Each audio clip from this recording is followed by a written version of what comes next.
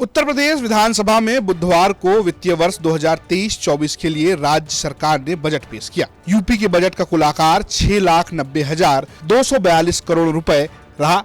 वहीं इस बजट में योगी सरकार ने कई बड़ी योजनाओं का ऐलान किया। चलिए जानते हैं बजट में किस किस मामलों पर सरकार का फोकस रहा। योगी सरकार ने राज्य में आवारा पशुओं की समस्या के समाधान के लिए भी कई ऐलान किए।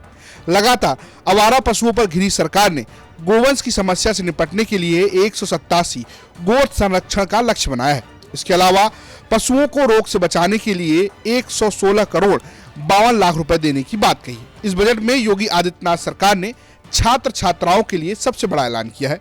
सरकार ने स्वामी विवेकानंद युवा सशक्तिकरण योजना के पात्र छात्र छात्राओं को टैबलेट, स्मार्टफोन देने हेतु वित्तीय वर्ष 2023-24 के बजट में 3,600 करोड़ रुपए की व्यवस्था की है। इस बजट में योगी सरकार ने पिछड़ा वर्ग के छात्र छात्राओं के लिए छात्रवृत्ति के लिए 2,107 करोड़ रुपए की घोषणा की है।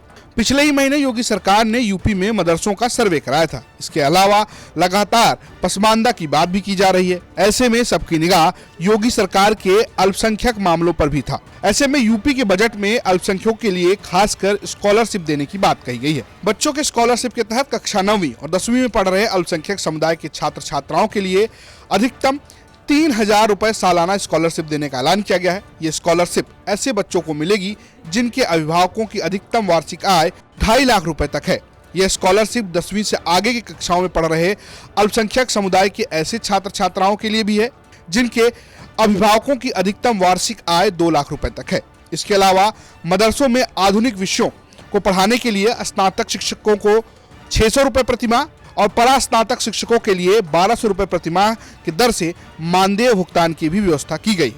वहीं सड़कों की बात करें तो वित्त मंत्री सुरेश खन्ना ने बजट भाषण के दौरान एक्सप्रेसवे विस्तार और सड़क परियोजनाओं के लिए कई घोषणाएं की। उन्होंने बताया कि मेरठ से प्रयागराज तक बन रहे लगभग 554 किलोमीटर लंबे गंगा एक्सप्रेसवे का निर्माण कार्य प्रगति पर है, जिसका बजट लगभग 36,230 करोड़ रुपए है। बजट में Jhansi link expressway, Chitrakoot link expressway की परियोजनाओं के प्रारंभिक चरण हेतु 235 करोड़ रुपए की व्यवस्था प्रस्तावित है। वहीं वित्त मंत्री ने बताया कि वित्तीय वर्ष 2022-23 में प्रदेश के 60.397 किलोमीटर लंबाई की सड़कों को गड्ढा मुक्त भी किया गया। वहीं बजट में कोविड के बाद 14 नए मेडिकल कॉलेज की स्थापना एवं संचालन के लिए 2,491 करोड़ रुपए की व्यवस्था की गई। इसके अलावा सरकार ने Uttar Pradesh institute of pharmaceutical research and development की स्थापना के लिए 20 करोड़ रुपए की व्यवस्था की है। इसके साथ ही स्वशासीय चिकित्सा महाविद्यालयों में नर्सिंग कॉलेज की स्थापना के लिए 26 करोड़ रुपए की व्यवस्था की है।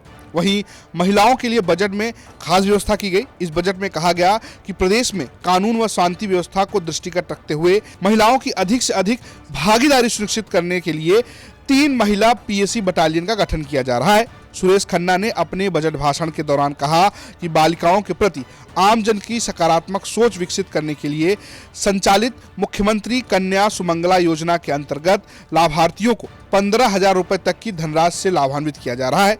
वित्तीय वर्ष में उन्होंने इसके लिए 1,050 करोड़ रुपए की व्यवस्था की है। आपको योगी सरकार का बजट कैसा लगा, कमेंट करके जरूर बताएं। ब्यूरो रिपोर्ट यूपी तक।